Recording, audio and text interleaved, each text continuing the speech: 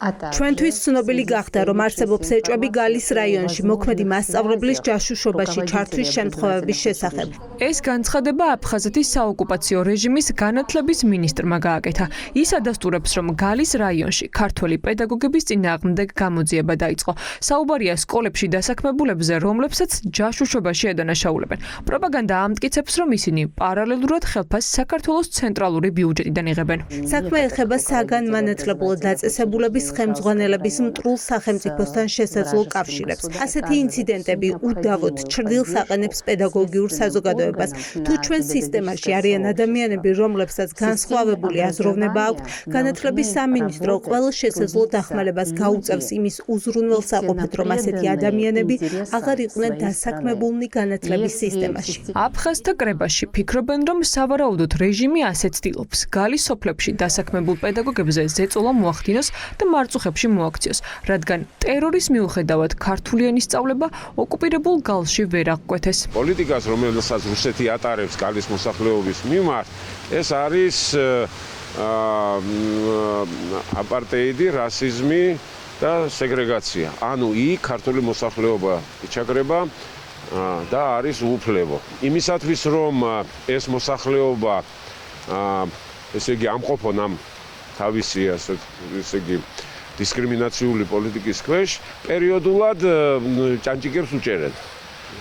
სავარაუდოდ ასეთ მორიგ ჭანჭიკების მორიგ მოჭერასთან გვაქვს საქმე, იმისათვის, რომ რაიმე მიქ არ გაიფაჩუნოს რუსების საწინააღმდეგოდ. საოკუპაციო რეჟიმის მიერ ქართული მასწავლებლების წინააღმდეგ დაწყებულ გამოძიებას დევნად აფასებენ ის ადამიანები, ვინც კარგად იცის რა ხდება ოკუპირებულ აფხაზეთში. მათი აზრით მიზანი გალში მცხოვრები ქართველების გარუსებაა. ყოველთვის, როდესაც რუსეთი გრძნობს საკუთარი პოზიციების რყევას საქართველოში და მიმდინარეობს პროცესები, რაც პირდაპირ არის ანტირუსული, საქართველოში ყოველთვის ხედავთ ჩვენ გააქტიურებას გალის მიმართულებით. იმისათვის, რომ მაქსიმალური პრესინგი განახორციელონ ოკუპირებულ ტერიტორიაზე მცხოვრები ხალხის მიმართ და რა თქმა უნდა, ყველა სხვა დანარჩენი ფენების მიმართ, ვინც ვართ აქ შედარებით არაოკუპირებულ ტერიტორიაზე.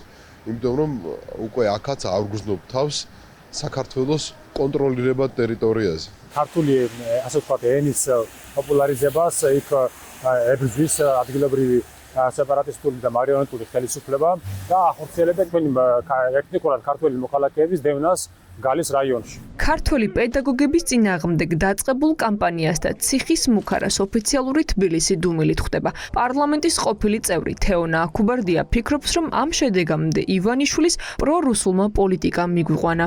მიმდინარეობს შეუქცევა და როგორც უფლებების აღარა ეთნიკური ქართველებისთვის, ასევე ანექსიის პროცესი რუსეთის მხრიდან და ამ ვითარებაში, როდესაც არანაირი განცხადება არ გაუკეთებია არც სულს და არც შესაბამის უწყებებს, კიდევ ერთხელ აჩვენებს, რომ ისინი არიან კრემლის დასაყრდენი რეჟიმი და ფუნდამენტური უფლებების დარღვევის პროცესში მათი უმოქმედობა და დასავლეთის წინააღმდეგ იერიში სწორედ ამ პროცესს უწყობს ოკუპანტის სასარგებლოდ ხელს.